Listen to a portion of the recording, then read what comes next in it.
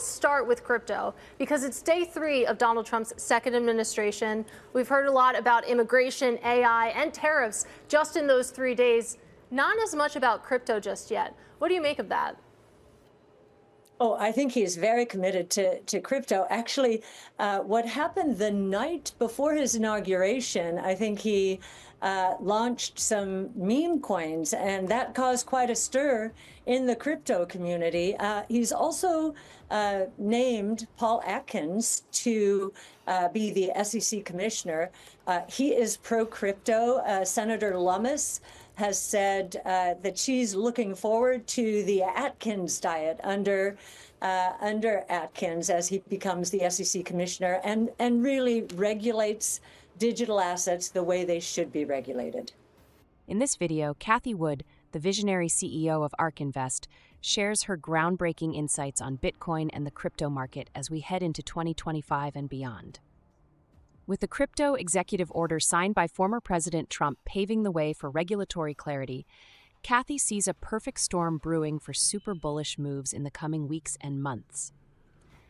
Drawing parallels to the internet explosion of the 1990s, Cathie explains how the early days of the internet were slow to take off, but eventually gained unstoppable momentum.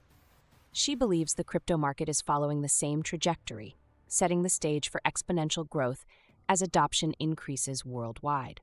But that's not all. Cathie dives into the latest news surrounding Trump's unwavering support for crypto, highlighted by his recent introduction of Trump coins. This unexpected move underscores the growing mainstream acceptance of crypto as a legitimate asset class. And if you thought Cathie's predictions were bold, wait until you hear Larry Fink's incredibly bullish take on Bitcoin. These industry giants are signaling a seismic shift in the financial landscape, with Bitcoin poised to dominate as a global asset. Ready to dive in? Before we get started, do me a quick favor. Hit that like button, drop a comment, and subscribe to the channel for the latest updates on Bitcoin and crypto. Your support fuels our mission to bring you top-tier content. Thank you, and enjoy the video. And so, Cathie, let's talk about this just because it just happened. A filing came in. It had ETFs that will track Doge, Trump coin, Bonk, along with some other ones. And it was a 40 Act filing, which would use the Cayman subsidiary move.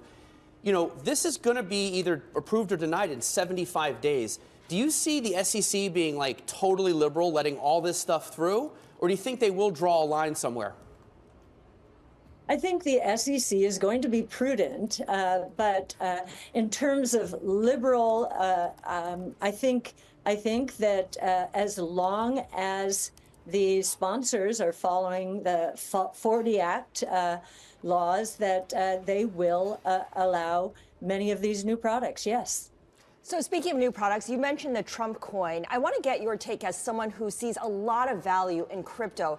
What do you think is the best way to understand Trump coin, given that there's no intrinsic value?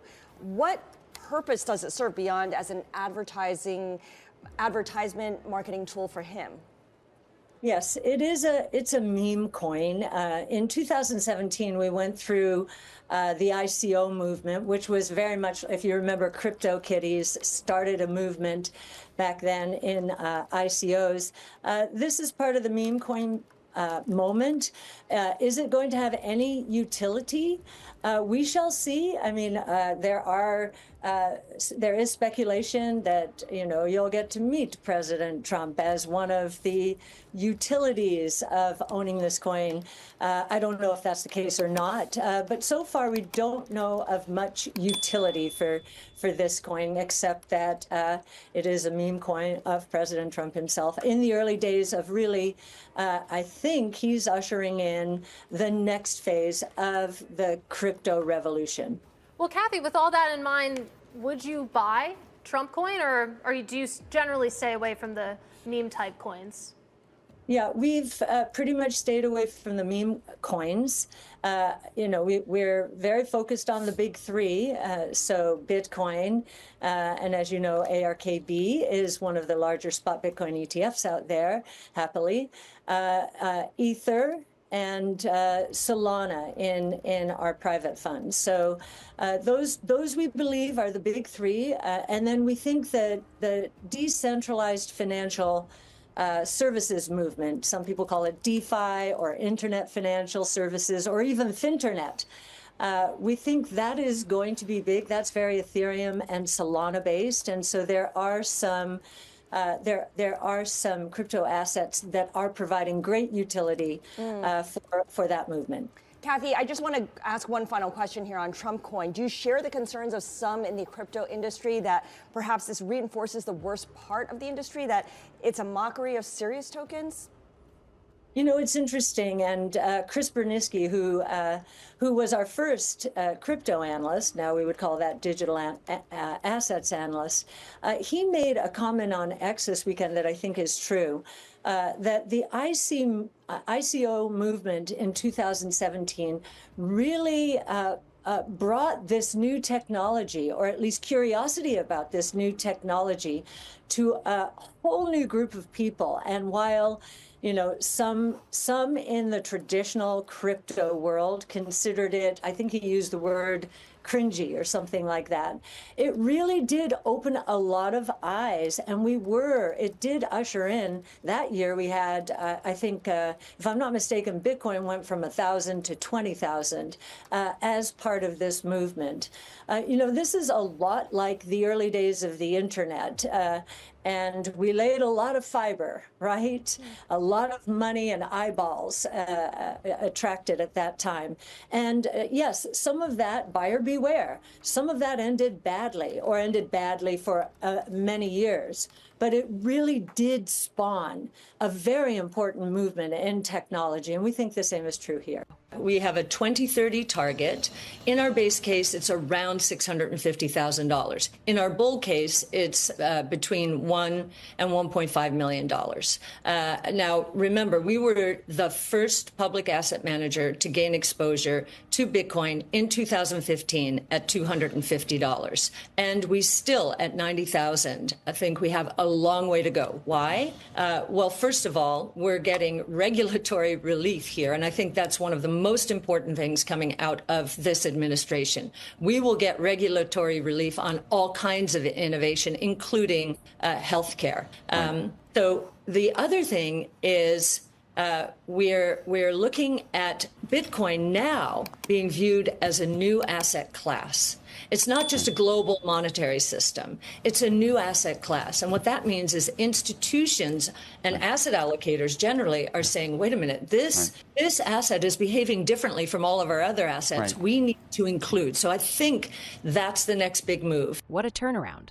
Larry Fink, the CEO of BlackRock, the world's largest asset management firm, once dismissed Bitcoin as nothing more than a tool for money laundering. But fast forward to today, and Fink is singing a completely different tune. With BlackRock's Bitcoin ETF approval, Fink has officially been orange-pilled, and now he's convinced that the Bitcoin price is heading straight to the moon. This shift isn't just monumental for Larry, it's a seismic signal for the entire crypto market. When the head of an institution managing trillions in assets makes such a bold pivot, it speaks volumes about Bitcoin's potential as a mainstream asset. But wait until you hear Larry Fink's jaw-dropping 2025 Bitcoin price prediction. It's unbelievable. Fink's newfound optimism is setting the stage for what could be one of the most exciting chapters in crypto news yet. Want more insights into Fink's predictions and why Bitcoin is taking the spotlight? Let's get Larry Fink's prediction. We're going to digitize currencies very rapidly, and we've seen that in India and the great success of leveling in India because of that. And you're seeing the great success in Brazil. So there are two countries that are more advanced in these technology in blockchain than Europe and the United States right now, and that's India and Brazil. They had a need because of inflation, because of corruption. They needed to digitize their currency. And I do believe this is going to accelerate. And that's going to be the next frontier, using AI, using this. But crypto is going to play a big role. Digitization of currency, digitization of everything we're doing. I'm a big believer, and this is one thing that will change Bloomberg even. I believe we're going to be in the cutting edge of tokenizing bonds and stocks. Coming. And we have the technology now. The fact that we are now moving forward in tokenization, every bond and stock, is crazy. Yeah. We should be moving towards that frontier. Obviously, there's winners and losers and all that, but we need to be prepared for the tokenization. And it would democratize more finance if we tokenized bonds and Absolutely. stocks. Talk to me a little bit about what you're expecting the Trump administration to do for crypto specifically. So, I mean, I look at it from the BlackRock has been built on the entirety of hope. I mean, most of the money that we manage is retirement savings. So you ask yourself, why on earth would anybody invest for a 30-year outcome, or 40-year outcome of retirement, unless they're hopeful that in 30 or 40 years, the world's better? And so the whole foundation of what we have done is a foundation of hope. And we try to promote that concept of hope and get more people to get their money out of a bank account and invest for the long term, right? Okay, and that's what we try to do. As I became a student of crypto, it was very clear to me that crypto is a currency of fear. And that's okay. To some extent. Yeah, but that's okay. Because if you're frightened of your debasement of your currency, or you're frightened of your economic or political stability of your country, you could have an internationally based instrument called Bitcoin that will overcome those local fears. And so I'm a big believer in the utilization of that as an instrument. And so if that becomes true, and you see that